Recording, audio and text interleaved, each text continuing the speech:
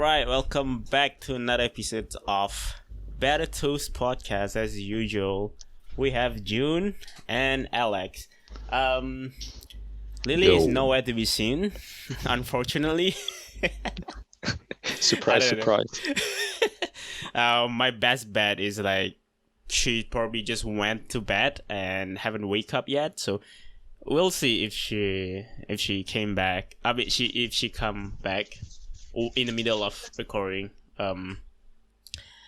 And yeah, let's just jump right into it, I guess. First of all, how was everyone's weekend so far? What are you guys working on? I heard that you on a vacation, Jin? Or Yeah, about to? yeah. On a summer vacation. I came back to Finland last Saturday, and I Last still have Saturday, and I still have 2 weeks off.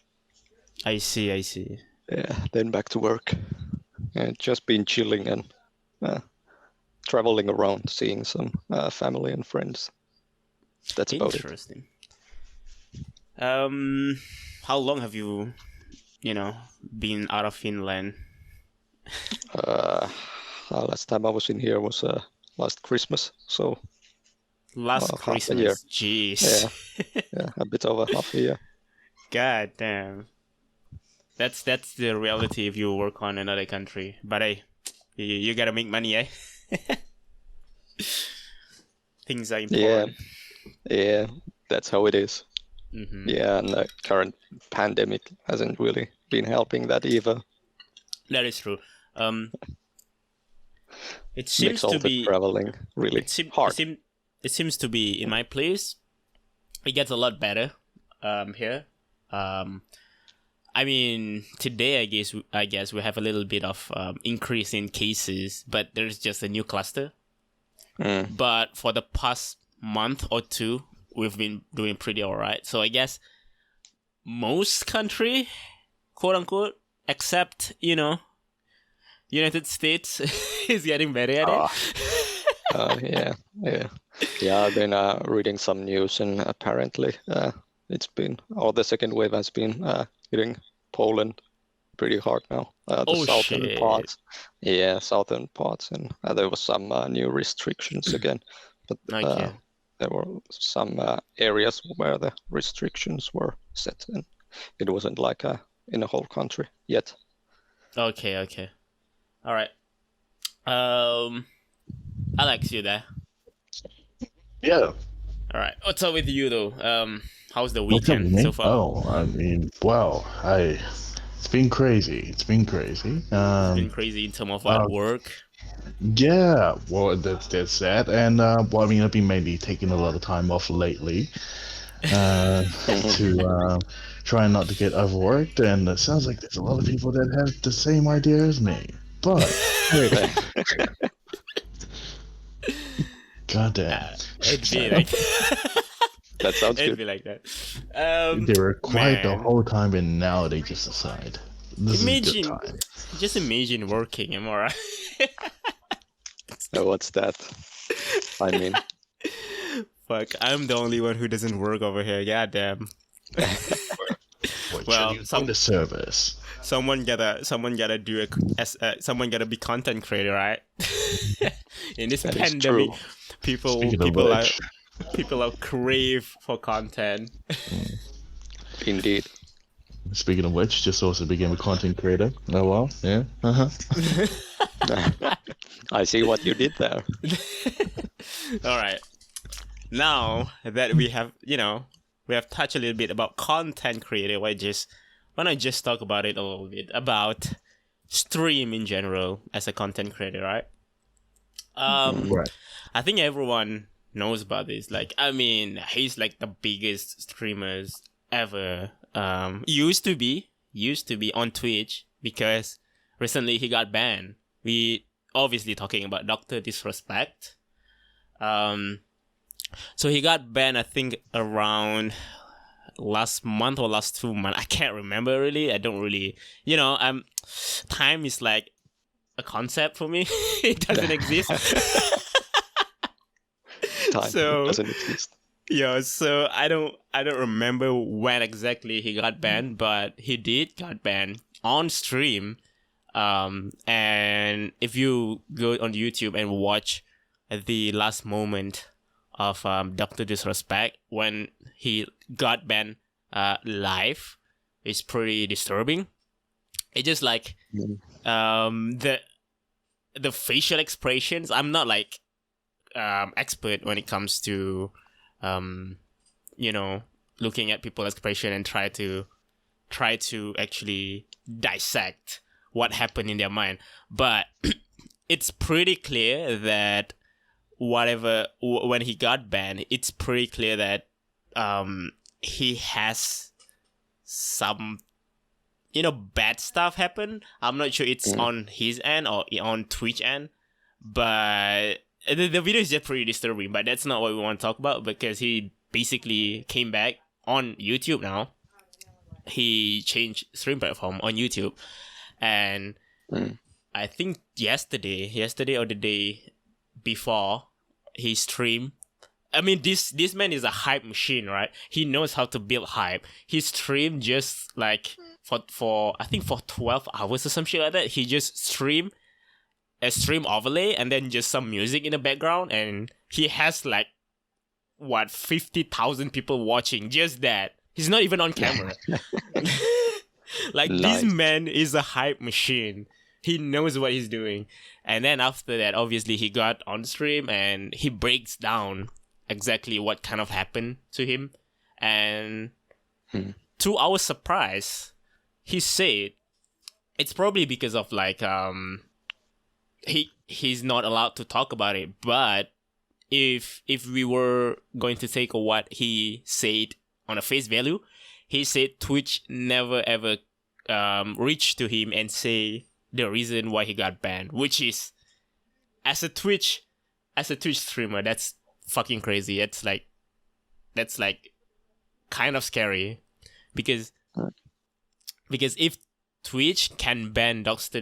Disrespect, the man that actually have a special deal with Twitch themselves, just like that, without any reason. If we believe what he what he said, that's like makes every single streamer on Twitch no one. There are just no one, right? Yeah, that's just Twitch being Twitch. I mean, they are always as cryptic as ever. So Right.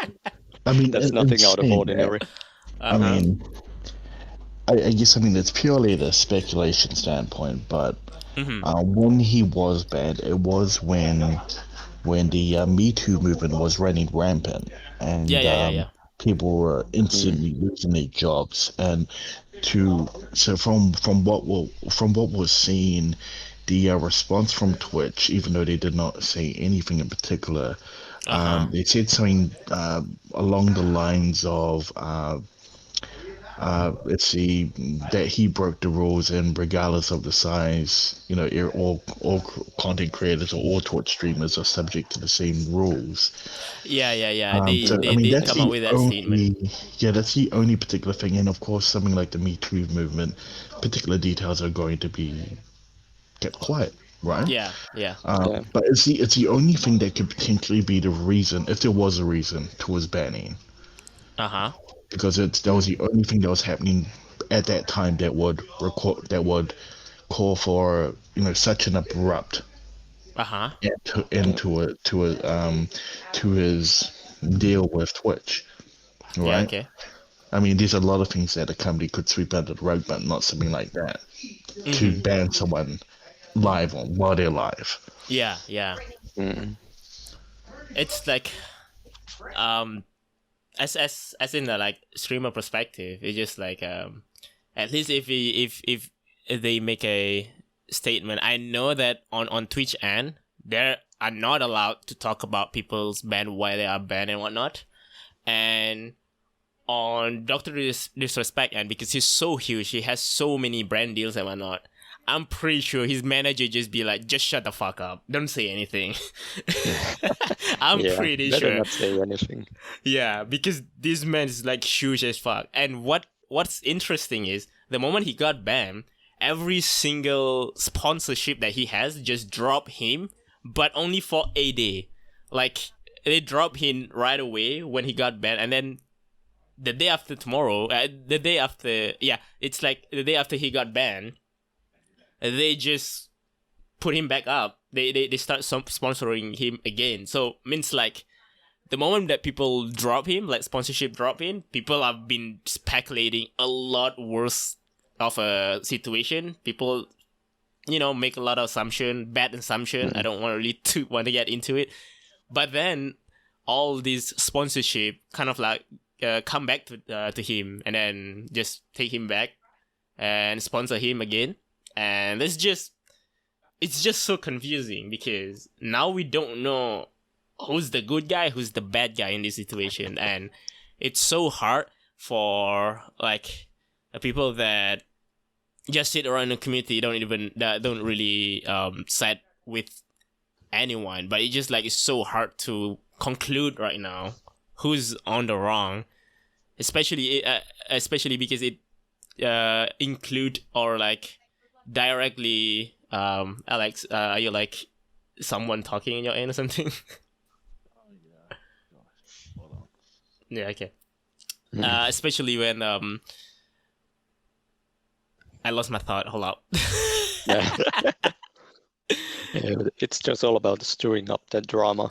Yeah. Especially if it's directly include the company, like Twitch as a company, and also Dr. Disrespect as a representative. It's like I think it's a bad presentations of Twitch as a company to just ban people without any reasoning, or at least they don't talk about it. And I'm pretty sure a legal reason is going through in the background. But in my perspective, I think they should make maybe a tiny bit of like a clearer statement, like say exactly like, I don't know. It's actually a gray area right there. I don't really know how to review this stuff. Yeah. But it's really hard because they are that big company. Yeah, platform. and I just, I really want Twitch to succeed. That is like one of my, one of my concern, because technically I'm a streamer on Twitch, and if Twitch does something so stupid to make them fail, I'll lose my job. Picarto, here we come. We can finally do some lewd art on streams. Wait, what? Wait, what? Excuse me? But yeah, so that's that about Dr. Disrespect. He came back, he streamed for like couple of a long time. He has been like on hiatus after the fact that he got banned for a few weeks, almost a month, or probably more than a month. And then he came back, he streamed, massive hype energy, extremely hype. It was just crazy. This man is a hype machine. Wait, I think I said 50,000. It's not 50,000. It's like 500,000 people that watching. I'm so sorry for that misinformation. Yeah, because I watched some other stream earlier, Linus Tech Tip, and they go through 60,000 people watching, and that's like their new record and whatnot, or something like that. So it's just like the information just got jumbled around. But whatever, not important. Yeah. I think we want to talk. Let's just scoot around a little bit. Still in that content creator kind of talk about HoloLive or virtual YouTubers or VTuber, as in short. Because I see this has actually impact quite a bit on stream industry. So why don't you break down for us, June, because you're definitely one of the expert in this kind of field. Like what happened in the last week or something like that? Like what's the biggest event so far? So far, they announced a few days ago. I think it was 2 or 3 days ago. The HoloLive's fifth generation of streamers. Fifth generation streamers. Yeah, okay. Yeah. 5 new streamers are gonna join the team starting from actually next week. They're gonna debut. They're gonna do a stream debut. All 5 of them. No, next Wednesday is the first one, and then it's gonna be there. They have their own schedule and stuff. Yeah, 14th, 15th, and 16th. Oh, okay. Okay, so we have new girls coming in, and more waifu to draw. Yes, more waifus. Yeah, they seem like really cool so far. Which I've been when I've been following them around on Twitter. Following VTuber on Twitter, obviously. Of course. What did you expect? Interesting. I honestly don't know much about VTuber, obviously, but I saw the impact that these VTubers or virtual content creator have impact the streaming industry in general, because earlier today or late yesterday, I'm not sure, it depends on where you are, I guess. Yeah.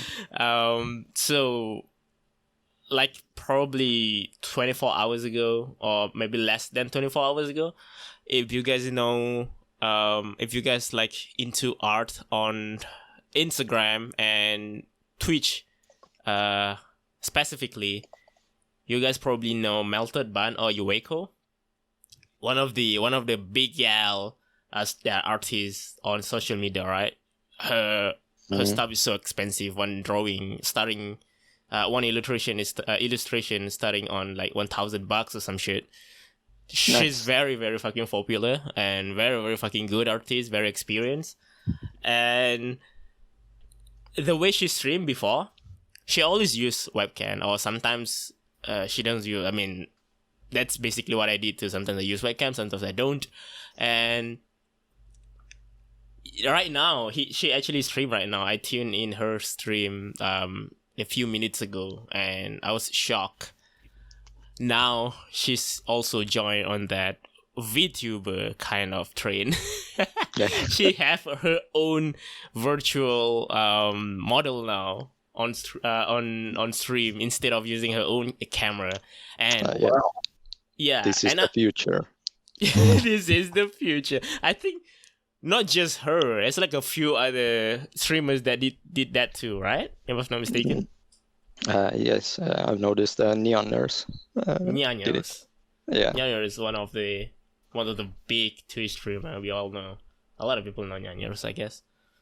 Yeah, that's at least one. She's at least the one which I've noticed has joined this trend. Mm-hmm. Which is kind of interesting because when we talk about stream in general, I've done a lot of research, obviously, and a lot of streamers, OG streamers specifically, if they were giving some advice or tips on, excuse me, I have heartburn. If they were giving some advice or tips for new people to stream and whatnot, they always say the most important thing for you to have is a camera, because that's like one of the most important thing, because if you can build that like personal kind of relationship, like you let people to come to your like private space or situation where like people can see you as in person, that's like a big yes when you want to start to be a streamer. But I think with all these virtual what do we say, virtual camera? what do we like 2D 2D representation of yourself is actually like 2D. It's actually it's a lot more acceptable right now. People don't need to have a camera nowadays. Whenever you have a 2D virtual representation of you on camera, people already been like, yo, that's pretty cool. It's like new VTuber, but they actually stream like games or art or whatever, but they're like VTuber. It's never get this big. I think just a few years ago, we can actually count virtual or VTuber that actually exist, or that actually people that know them. Like, there's not much of them back then. I think when it comes to my perspective, where I don't really know about VTuber that much, back then I only know like 2 or 3 VTuber. For example, like Kizuna Ai, the one that are extremely popular, I guess.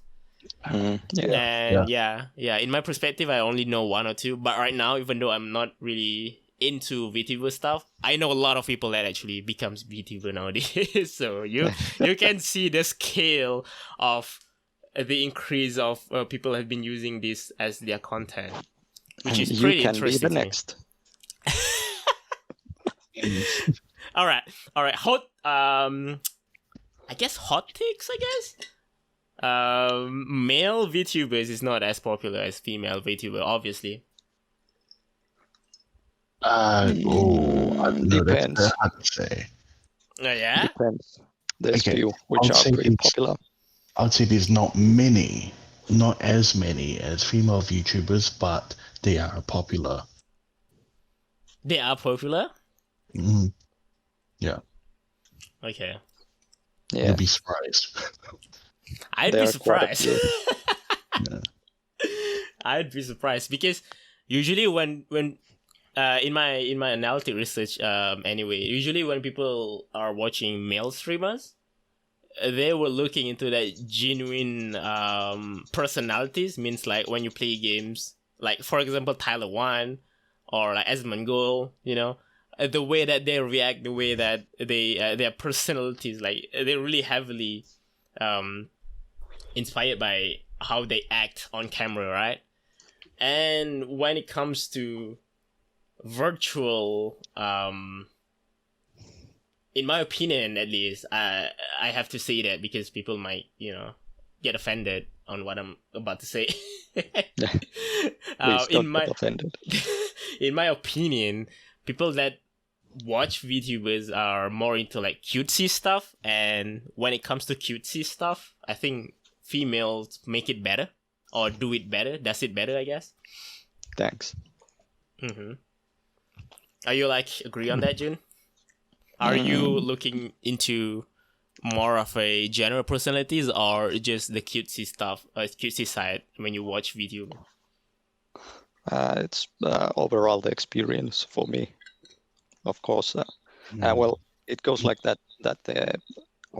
First you will most likely be there because of the avatar. It looks interesting. But when you learn to know them and stuff, you will stay there because of that. I see. So it also the design of the avatar is also one of the factors make people watch it's one them. of the pulling factors for sure. Interesting. What about you, Alex? Do you watch VTubers at all? I do catch a few of them, yeah. What is one of the because you say like some male VTuber is kind of popular. Name me like a few that I should check out. I only know some that are part of that. What's that unit called again? It was Hololive, wasn't it? Nisi Sanji, most likely. Yeah, that's right. There's really popular ones, like Kana is pretty popular, and pretty much, yeah. Those are the main like ones. 300, 300,000 subscribers or something, which is quite a lot for male VTuber. Exactly. Damn, all right. Yeah, of course. I mean, when you're talking about a female YouTuber, it just kind of like you're gonna pull males, you're gonna pull in a female demographic as well. But males are generally gonna pull a female demographic. Some males, yes, but it's not gonna be like a general pool of what a female YouTuber would pull in. Yeah. But and by standards of a male YouTuber, 300,000 is a lot. That's for male VTubers, yeah. It's a little different when we talk about for male streamers, because obviously on stream platform, male streamers really have like a big pull number, and people like new people on the platform has been, have a little bit of different take on it. People think that female streamers obviously will easier to be to get big or to get popular just because they are female. Actually, it's like vice versa. In small scale, for example, like in the range of 20 to 200 viewers, sure, female streamers are mostly easier to grow on that regards. But when it comes to big boy streamers, right? When it comes to 100,000 viewers and shit like that, it's always been male streamers. I mean, there's like some prejudice behind that, but we are not going to talk about it. We're going to talk about VTubers now. I mean, I which just ones want to were the ones that reiterate you that. mentioned, Jun? So you mentioned Niji Sanji and was it Kanai? Kanai? Yeah. Kanai. There's also what's that other one called again? The Kagami Kagami Kida. So yeah. he's like a kind of a newer one, I think. Kind of, but dude, this guy's been pulling in people like crazy. Like his what's I guess from when he initially started, his growth is shot up so much. Let's see, he started about mid last year, right? Mid last year. Okay. I haven't checked what his current fan base size is at the moment. Well, let's just take a quick look. Well, so he's hit 21.5K already. Okay, he's only just been a year, and he's a newer generation. So most people are following the older ones at the moment, right? Because they've been out there a lot. People are more familiar with them. So when newer ones come out, maybe they might not get the same kind of pull, but at least at that size, 21K every year is a lot. God damn. All right. Yeah. 3D model artist, hit me up. I want to be VTuber now. Yes. Jeez, bro. God damn. I didn't know. I honestly didn't know that male VTubers is that popular, honestly. Yeah. They can be. But that's, yeah, I mean, I think it's just like, like everything, right? You will always have someone that are on top of that, but it's not they're not actually the rule. They're like the exception. Yeah, but not everyone can pull that off. So yeah, but that's still the truth that it's a lot easier for VTubers to be successful when you're a female streamer instead of male. Okay, but so it's still yeah, it can be easier, but you can still be successful if you're male, of course. True. Yeah. I mean, if you but better, just stop whining. Be better. Yeah, exactly. I guess there's never tell me the odds. At the same time, right? There's downsides to it. There's downside to it. What do you mean? So the downsides are when you play a character and you become famous for that character and that personality, you become typecasted. Right? You can't branch out of that ever. Oh yeah. I mean, what if you became a VTuber, but that character is yourself, it's not going to be much of a problem, right? Yeah, but who's that? Yeah. I mean, even if you want to show yourself, probably it's going to break the fourth wall a little bit. People will hate it for sure. But if you decided to stop being a VTuber and just stream your cam on, but you still act as normal because you just never act any like you never create any character, it's just yourself. Right. I think mean, if that's the case, fine, right? Because it's you. But behind a VTuber, there's always a persona, right? It's a stage name, stage persona. I think if you working or if you're under the production like Hololive, yeah, possibly. Every VTuber have like they create a specific persona for that character. But as in general, I've followed a lot of for example, artist streamer, but just use this 3D model as their cam, as their replace thing for their camera and whatnot. Much like VTuber, but they just be themselves because they don't have that, I don't know, KPI to hit, or they just don't have production value behind them. So they just be themselves. So I think that's okay. But if you were talking about VTubers that actually under a production, for example, like Hololive or the other one that I never know how to pronounce, that's probably the case most of the time. They probably create a specific persona for that specific character. That's true. Yeah. All right, I think we can go into art talk a little bit. I think we talked about this a little bit on stream before this, Alex. I don't know if you remember it. We talk about... Refresh my memory. Yeah, we talk about someone's call some artists out because they were tracing. Yeah. And it's just like, okay, the call out was very fair. I mean, there's like two sides of it. It's fair, it's also not fair, in my opinion, because whatever this person, I don't really want to mention anyone. We're just going to talk about it in general. Whoever this person call out, he called this artist out for like potentially tracing their artwork and actually make money out of them. And that, as in general, is a very fair call out. I can get behind that.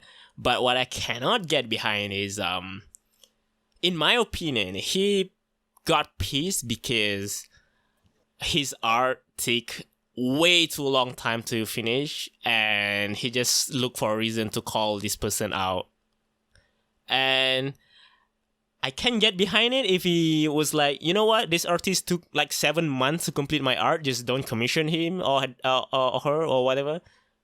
If the direction of that call out is that way, I can get behind it more, like I can support him more. But because he said like, hey, there's this like tracing, I think he worded it this way. This artist took like 7 months to complete my art, and they actually trace art, but the art that he compiled in that specific topic is not his art. His art was fine. So yeah, I cannot get behind a little bit on that. I think it's fair for you to call out people for the thing that you experience.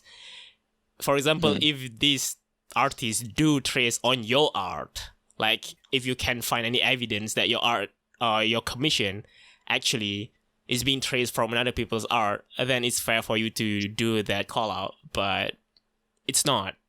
It's just like it's late, and it just like, and also it creates a lot of questions. Because for sure, this is like a big thing in our industry. Tracing is not good. It's never good. But when a lot more attention has been attracted to these particular issues, people start to like overlaying all the evidence, and people just be like, okay, this is the original and this is the allegedly traced art, and then they put that art on top of each other, and someone is not even like that similar, and it creates a lot of like perspective. Some people say, oh, probably it's like heavily inspired, and some artists just be like, hey, a bad tracing is still a trace. How do you know they traced? Like, what makes the call? You gotta be careful with the word tracing. Mm-hmm. Calling tracing is calling plagiarism, and especially in a world where it's an industry that relies on word of mouth. It can be really damaging to one's career. Yeah. It can be it damaging to that, if and it's tracing, but it can also like mess up with other people's perspective too, because now, not like right now, but when this issue is kind of hot, it raised a lot of questions on what level is inspired based drawing is being called trace. You know, people has been asking this because obviously some of the art is not even like tracing. I'm pretty sure it's just like heavily inspired, which is fair if you want to give some credits to the original artist, but they definitely call it traced, and people are so confused now, including me. I'm so confused. What is trace actually? Like, if you're like heavily inspired on some people arts just because, you know, sometimes you just wanna have some inspiration on posing, for example. Maybe you're not good enough to come out with a posing on top of your mind, and I'm pretty sure a lot of professional artists still does that. People just take photograph for their posing and then just inspired by them, and as in general perspective, I don't think anyone can own a pose. For example, if you draw this pose, you never own that pose. People can use that specific pose as reference to their art, and they just raise a lot of question. Is that not okay? You can't do that now. Yeah, it's so confusing.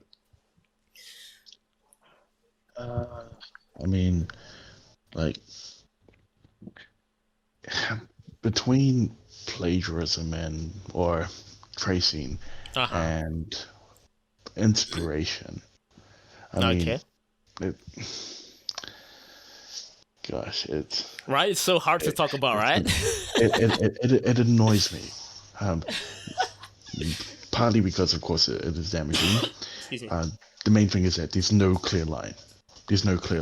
Yeah, there's no clear line for sure. You won't know where the clear line is, and you can't tell unless you're the person doing it. Really, you can't tell, especially in this day and age of how how advanced your stuff art is. With drawn art, you could tell. Yeah, because you could actually see each and every single brushstroke, but in digital art, it's near impossible to tell at this point. Yeah, because if they did trace something, they can like manipulate it to look as they're not. Exactly.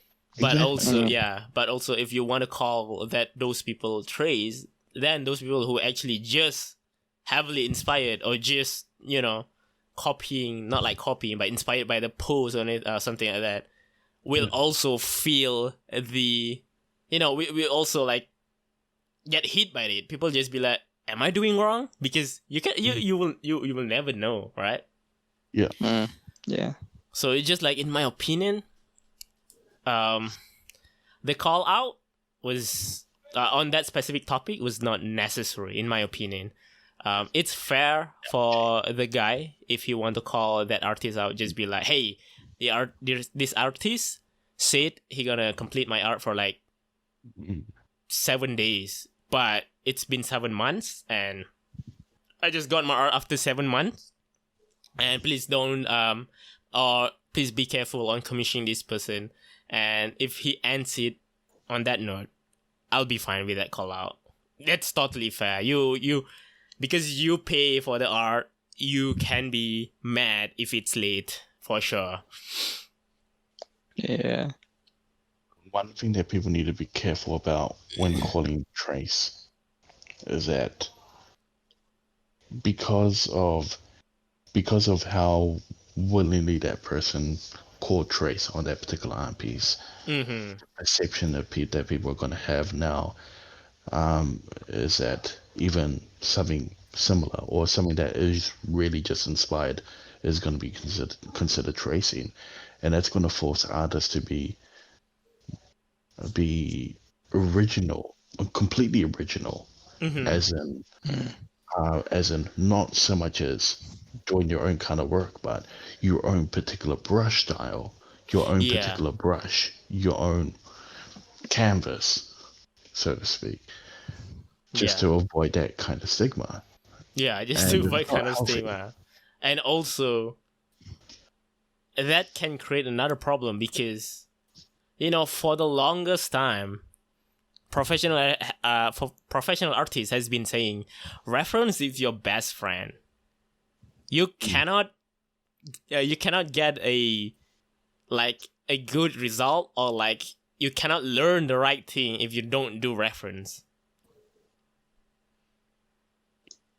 For example, if you want to draw some anatomy, obviously you have to referring to the real anatomy, right? To a photograph of someone new, someone's nude or some shit.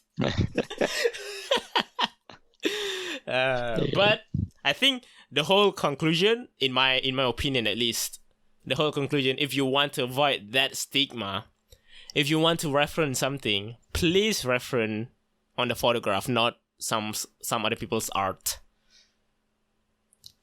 For 2 reasons. One is because the stigma of like tracing, quote unquote, and another one is people's art always have some error in it. And if you want to refer something that is true, that is not messed up with quote unquote stylish, took a photograph and refer on that. Don't take any other people's art and try to refer or inspired by those drawing. And that's, I don't know, I think that's like the safest way to approach. Yeah, agreed. I mean, that's if people not saying, referring to photography as tracing now. Oh no, that is near impossible. If people start saying that, I'm done. I'm quitting art. I'm doing music. Bruh. Doing what? We're subject to the same thing as well. Yeah. Probably even more. Well, maybe not even more subject to it than visual art, but probably. But it has the same. It has the same. Yeah, it has the same issues too, right? You can't just hear to someone's song and be like, hey, this four chords is the same of this song's 4 chords. They probably like, plagiarism. Nah. That's just how it works. People came out with it. Yeah. Unless it's a direct copy. So you're not just looking at the things that they do, but also the things that they don't do. Same with art, right? When you draw a picture, you're not just drawing the picture. When you're drawing a picture, there's going to be little areas that you do that only you do. And if you copy that, and you're copying another person's errors, that's plagiarism. That's tracing. Yeah. But if you're making your own errors along the way, in terms of your type of art, then you add your own details it's and based whatnot. on your own strengths and weaknesses, right? Yeah. So it's inspired. in the world of music, there's 12 tones. There's there's 12 tones. There's 144 overtones, undertones, and microtones in between. There are millions of songs out there. Yeah. If you want to pay the piper to the person who first made the song, you're gonna start looking for history books. It's not worth it. Yeah. It's gonna create the stigma there of hey, it's because I'm not too sure if you feel this, Chuck, but it's in music. If someone makes a song, you're gonna put your heart into it. Yeah. Like as you'll do with your own art. And then if someone comes up to you and say, "Hey, that song kind of sounds like this song," that's gonna piss you off.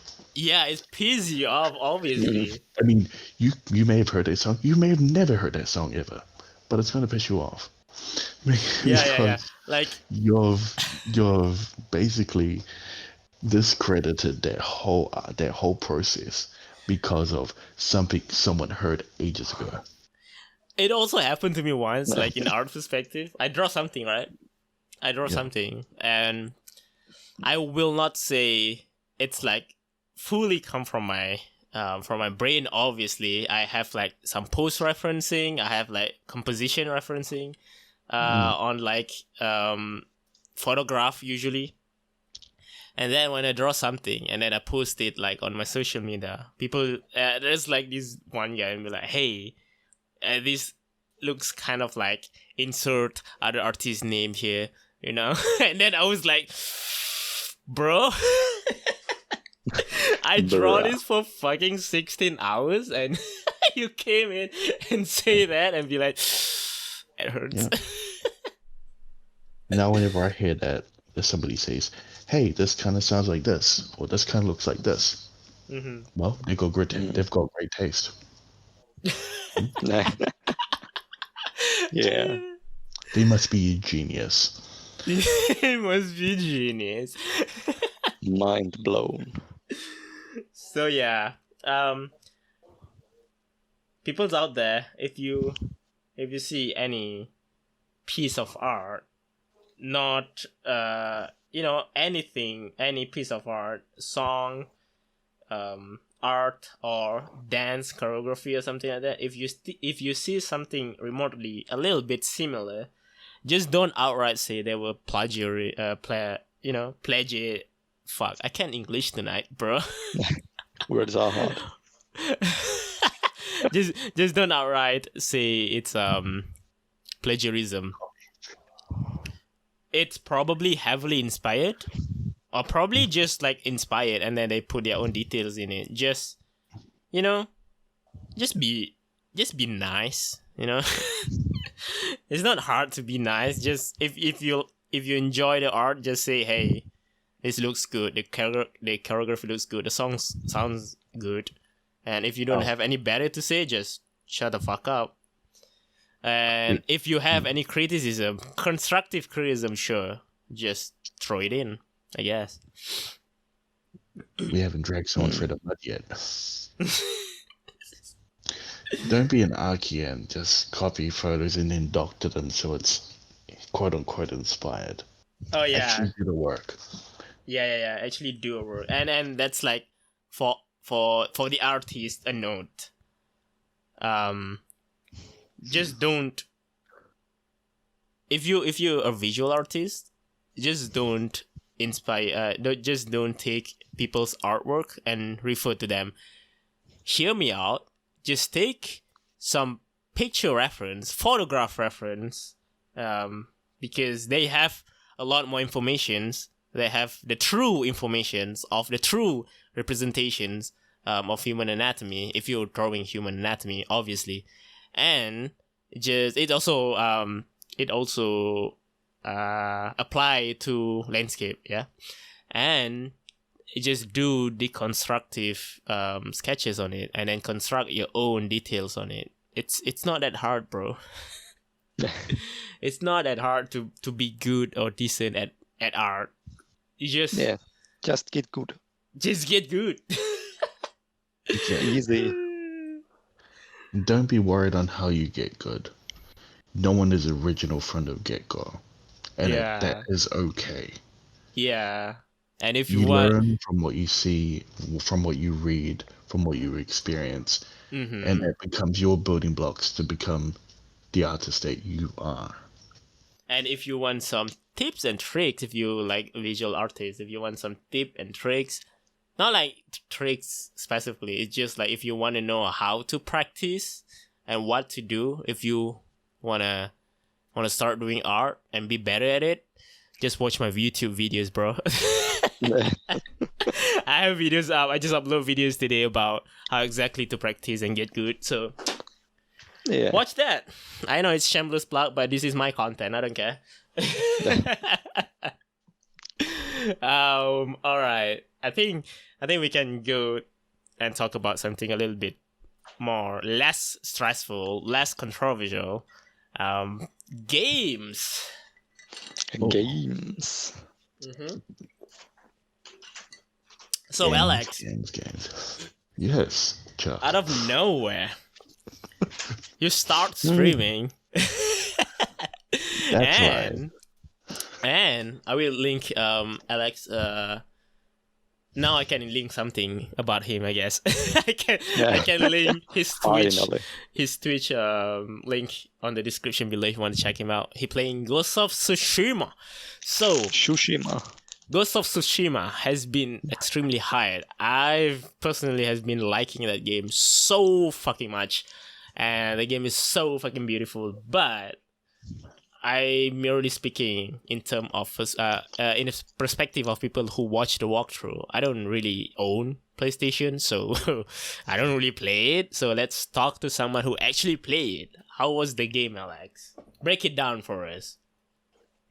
The game is amazing. So there's plenty of great qualities in the game, and I guess most famously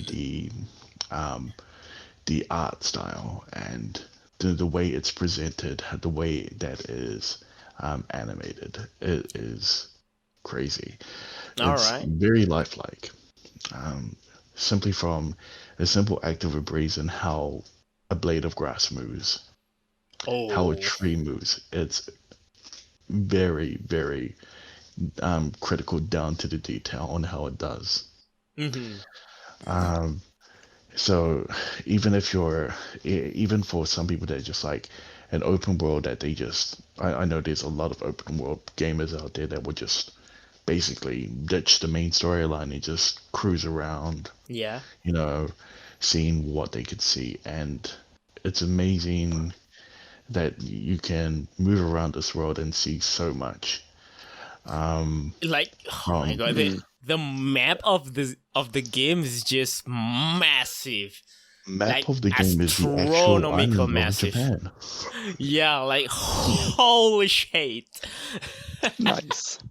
I watched that gameplay, right? I mean, I've watched a lot of that specific game gameplay and over again, actually.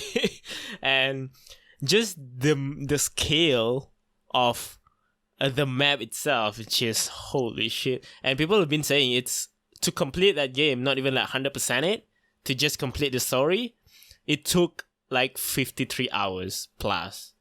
That's not even 100%.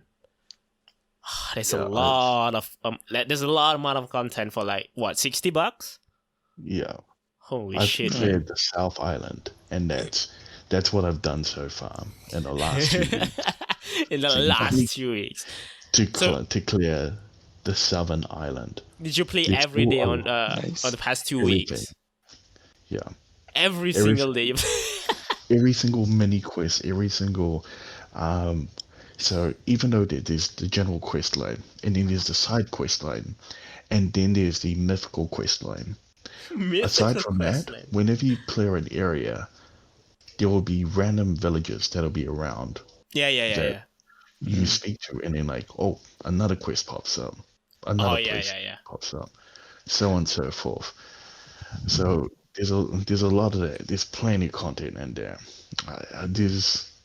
I guess the one part that's really interesting that I've not seen seen in many other gameplays is that the idea of the way of the samurai, right? The way of the samurai means So, like the standoff thing. The honorable way. The honorable right? way to kill people, like. Exactly. Now, in most people play it how they want to play it, and that's fine.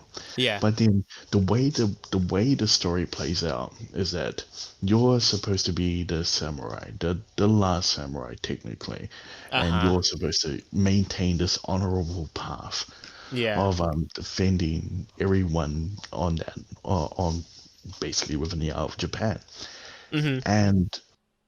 But then there are some things some situations, like we are aware today, that you can't do it the way that you can do it or that you want to do it.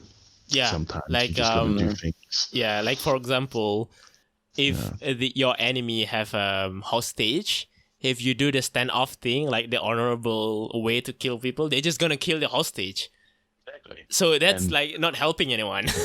And then you have to work around that. You have to be a little less honorable and just like assassinate people. Right. So I mean, if you play the honorable way, each person that you talk to respects you. Yeah. They're like, you're an honorable samurai. That's fine. Each major character or minor character that you come across, you're an honorable samurai. But when you start doing backhanded tactics, when you start sneaking, when you start assassinating, over time you'll find that people will start to turn away from you. Jeez, Louis. Over time, that's nice. The dialogue changes, and they go, "I thought you were a samurai, but you're not a samurai." And then sometimes, like, they'll be like, so, like, at one point where you'd have, like, there was one situation where there were like 5 hostages in one area, and you have to kill everybody and save all 5 hostages. However, if you walk up anywhere and get sighted, all 5 hostages will be executed in 10 seconds. So you gotta play dirty. Yeah. But as soon as you do, flashback. you get it. I remember that. Yeah. Of the honorable code. Right? Yeah, I remember that. Yeah. And each time you assassinate, more flashbacks come through. Yeah, it just like guilt trip you. Yeah, along the way. You get guilt tripped as the player, not as the character. As the player, for what you're doing, even though you have to do it, but you still get you that way. Yeah, which is the way they played it out is very interesting. That's exactly what it meant. It meant to be living in this world. You sometimes things just can't be on the on the way that you want it to be. You have to work around it, possibly to just to save 10 people. I guess it's better for you to save like your honorable, right? Yeah.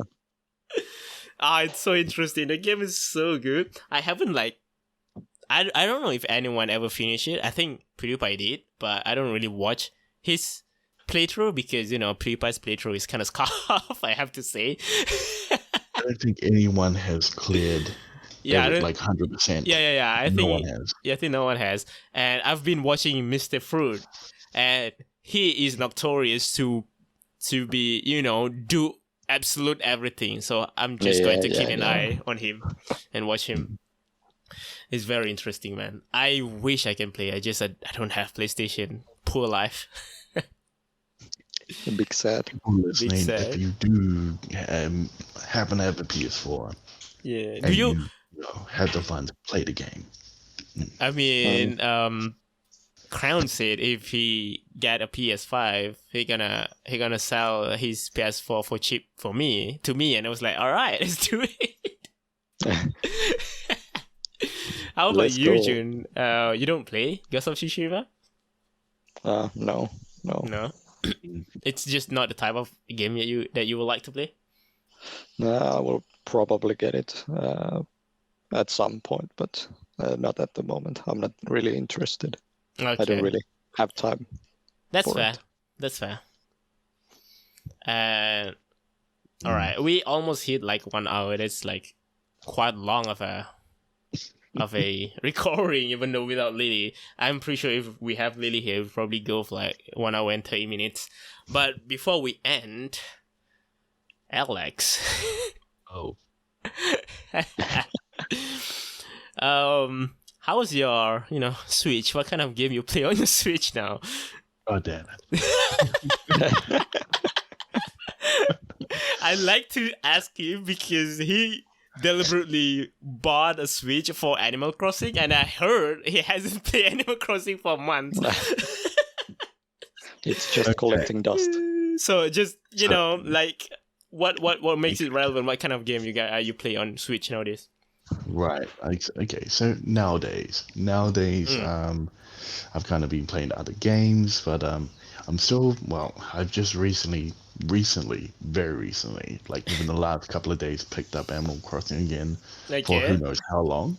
But I mean, there's been some interesting updates that have come up. So what kind of updates? So I guess previously, simply, you've just got your island to work on, you've got your visitors, and your residents that you need to keep happy. Yeah. Essentially, it's just making just like a mayor. the best island that you want it to be, right? Yeah. But then they've introduced a new system of diving. So now you can swim out, off the island. Wait a second, that's kind of interesting. I've never seen that. Hold up.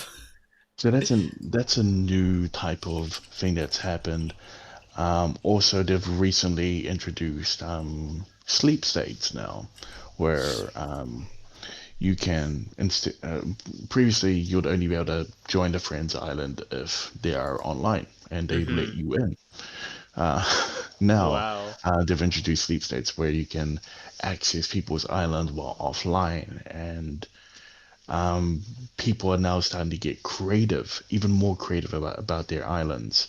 So people are like setting up little, I guess, play areas, some little mazes and whatnot, so that people can access in a sleep state. It opens the world to a bit more creative content, which is great. Great. Yeah. Although it does open it to a few problems as well that do need to get solved out. Not surprised. There's always problems. Yeah. It's a new update, it's a fresh update. People are going to start picking it up again. Yeah. I guess aside from that, I've been touching base on Pokemon. I guess specifically Pokemon Shield on my end here. All right. There's been an update in June where they've opened up a new island for exploration. Introduces some new characters, a new storyline, so there's more content to it, which is great. I guess unlike other Pokemon games where you've got your storyline, you've got your side storyline, that's the end of the game. You want more content, buy the next one, right? But this is more like this is all within the same world, within the same game. I see. So you can carry things over. Nice. So that's one of the plus. And then the other one, I guess, another recent game would probably be Muse Dash. Yeah, very interesting game. Very simple. Is that the rhythm game? Yeah, the rhythm game, Muse Dash. Yes. Okay. Very intuitive, easy to pick up, but a lot of content to get through, and the art style is interesting. It's fresh. It's there's plenty of characters that you'd love to have. So yeah, all the quality waifus. Essentially, it's just a so that's what you mean. And actually, about I think a few months ago, they added one of Fubuki's original songs to Muse Dash as well. Yes. Ooh. So one thing, it's a great. June is very professional on this shit. Another, it's a great way to learn to experience new music, because aside from the general trip hop kind of songs that you'd expect in a game. It's got a lot of solo individual artists that have put their songs on there, so it's a great way for people to get their music in. Damn. All right, that's. I'm surprised that they actually have a quite interesting update on Animal Crossing. Honestly. I mean, hey, you got to keep people interested, right? That is true, because that game has effectively have no ending, and it gets repetitive after a while, so they better keep it interesting. Oh yeah, I mean, Nintendo's had the handheld game market for years, and it'll still maintain that. So they're in a position where instead of releasing a new console each year, they can just create updates to continue a game or release new games without having to create a whole new style, whole new console for it, and so on and so forth. So to keep people invested, they're going to keep it going, and I don't see them stopping anytime soon. Yeah, I mean, they're basically moneymaker right now. Oh, yeah, definitely. Very cool, very cool. I'm not expecting new content, but hey, that's good. That because I've seen a few of my real life friends bought Nintendo Switch, and at first I was like kind of like skeptic about it, because my country is not really popular when it comes to console, as in general. Not even like PlayStation. It's not even a lot of people have that here. So yeah, that's good that they have like ongoing interesting content that people can put up to, because I'm the most hateful thing I've seen is like people buy a console and just let it die. So it's just cringe. Are you calling me out? Bruh. That's why me specifically, I've never had any console before. One, because I'm a poor child back then, and now that I'm actually have a decent amount of income, that I actually can buy one. But I don't really, because I know for sure if I buy it, I probably will play for like a week and then I'm just gonna leave it there, just rotting away. So best for me to not buy it, I guess. I'd recommend getting one. I guess especially if a PS4 or PS5, so to speak, because streaming from one is seamless. Oh yeah. Oh my gosh, it's so simple. It's so simple. You just press one button and that's it. Yeah, button, that's it, exactly. You click X on Twitch and it's like, do you want it to stream now? Yeah. It's just like the way my workflow works right now. I barely have time to play games. That's about it. If I do have time to play games, I probably will consider to get some PlayStation 4 maybe. But just because nowadays, especially this month, man, I just have no time at all to do shit. Yeah. But hey, that's about it. It do be like that. It do be like that, yeah. Yeah, talking about games, I've actually started a new game as well. Oh, what kind of game? I bought Euro Truck Simulator. Oh yeah, I saw you play that earlier, like yesterday or something. I was like, what the hell is wrong with this dude? It's amazing. Yeah. We all know. Euro Truck Simulator 2. Break it down for us. What kind of game is that? I mean, you're just trucking. Basically, you're just delivering some deliveries from place A to place B. But I don't know, it's really relaxing for some weird reason. It's really nice. I mean, a lot of like simulator games definitely like, on that kind of what do you say, premise, I guess. It's for you to have like a relaxed time and whatnot. It's not like stressful to win a game or some shit, you just wanna basically like you can just chill. Yeah, like airplane simulator or something like that. I have to say I love airplane simulator for sure. Yeah, it's quite similar to that extent, and I love that you can even put some internet radios or your favorite songs in there, and then you can play them. Oh yeah, you actually can customize it. Yeah, Jeez. All right. Yeah, it's really nice. So it's a really good feeling. Now you have the correct representation. If June were to become a Euro trucker, he's just going to have his waifu's music on the radio and just like driving a truck. Oh yes, god, it would be was like funny. that. That was funny. Interesting. Yeah. I think that's about it as game. I have nothing to say about game. You know, I don't play a lot of games. I guess I can say I play Apex. Apex Legends. Oh, okay. If you want to talk about Apex for a bit, there will be a new content for Season 6. A new trailer just came out. We will get a new character, which is very interesting. But I think what is the most interesting about Apex Legend is the backstory. The backstory, it's like, I think it's like Overwatch a little bit, but Overwatch is less of a story, more of a cinematic.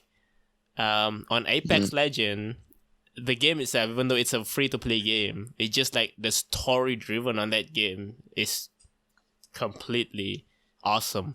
There's just so many content to break down, and the storyline is just fun to break down with, or to make some theories out of. It's really cool. Good. Good.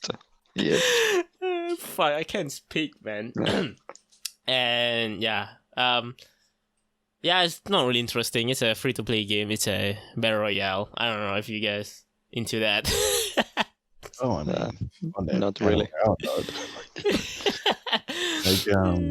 There's been a recent update to from my, I guess, quarterly play of Fortnite. Fortnite. Interesting enough, they've added an addition to of vehicles. I mean, yes, there's been vehicles before, in terms of like bikes and whatnot. They've had planes, they've got boats. Yeah, they have but helicopters. now they've introduced cars. Like, they have cars now. Yeah, so you can get in the car, you can enjoy a little drive around, turn on the radio, and off you go. Although, the downside is that because we've got heaps of kids playing, it's introduced a new level of road rage. Where a lot of people try to run each other over on purpose. So, I mean, it's an easy way to get a kill, I guess. Yeah, but just run people over, but it makes the game less enjoyable, I guess, or less, less of a gun game, more of a killing game. Well, I mean, there's now explosives, so you can set bombs or on certain things. So get in the car, boom. Yeah, of course. Yeah, so cars, trucks. Oh, yeah, plenty of trucks. You can run people over on. Fortnite has been a lot of things happening in that game. It's been like that like forever. Yeah. Although the one thing that made it change a lot is probably Apex, right? Apex made it change a lot. Yeah. Because when Apex became the alternative, where Fortnite had the monopoly on the battle royale area, it tried its best to make itself like Apex, right? Oh, I see. Interesting. So, for example, the idea of reviving. Yeah, the idea of reviving. They add that on Fortnite? They had it, but as soon as you died, you're dead. But you could still bring them back into a game, right? Yeah. You can still get them back.